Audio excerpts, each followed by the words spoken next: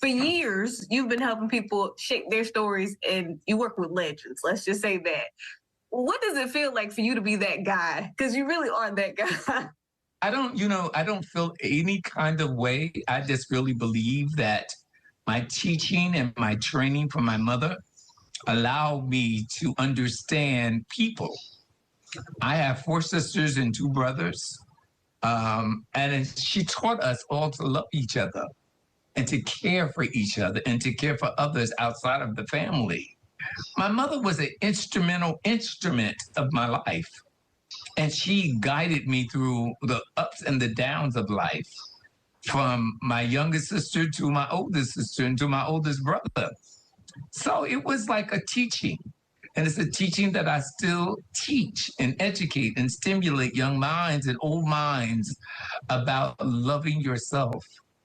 I tell people every single day that I'm romantically in love with me. I love me some Angelo Ellerbee. Because if I love me, then I can love Kayla. And I can love all other people. And that's what's really important. We're in a crisis in America where people are just doing strange and crazy things.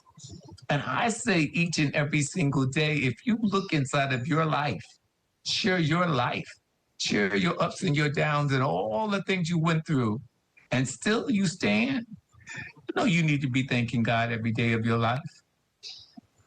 You need to be thanking him for it because you're still standing. I'm still here.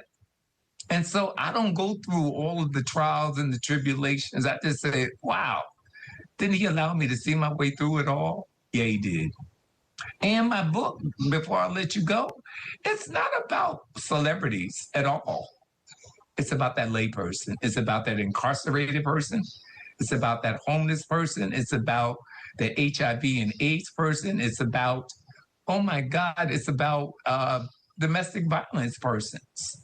So the book gears to talk about all the people that I work with, and they went through some of the same things of the lay person. I wanted to let people know before I get up out of here, y'all need to understand that there's a God that blesses you and keeps you and is willing to give you chances. When you get out of incarceration, it's really difficult for that person to get out again and try to get a job or try to go back to school, or the homeless person to come from theirs and to get to society all over again. I think it's a prayer. I think it's a prayer. I think it's a belief. I think it's faith. And I pray 45 minutes every day of my life asking God to help them all over the world, my God, to see the fortunes of you. I live by that.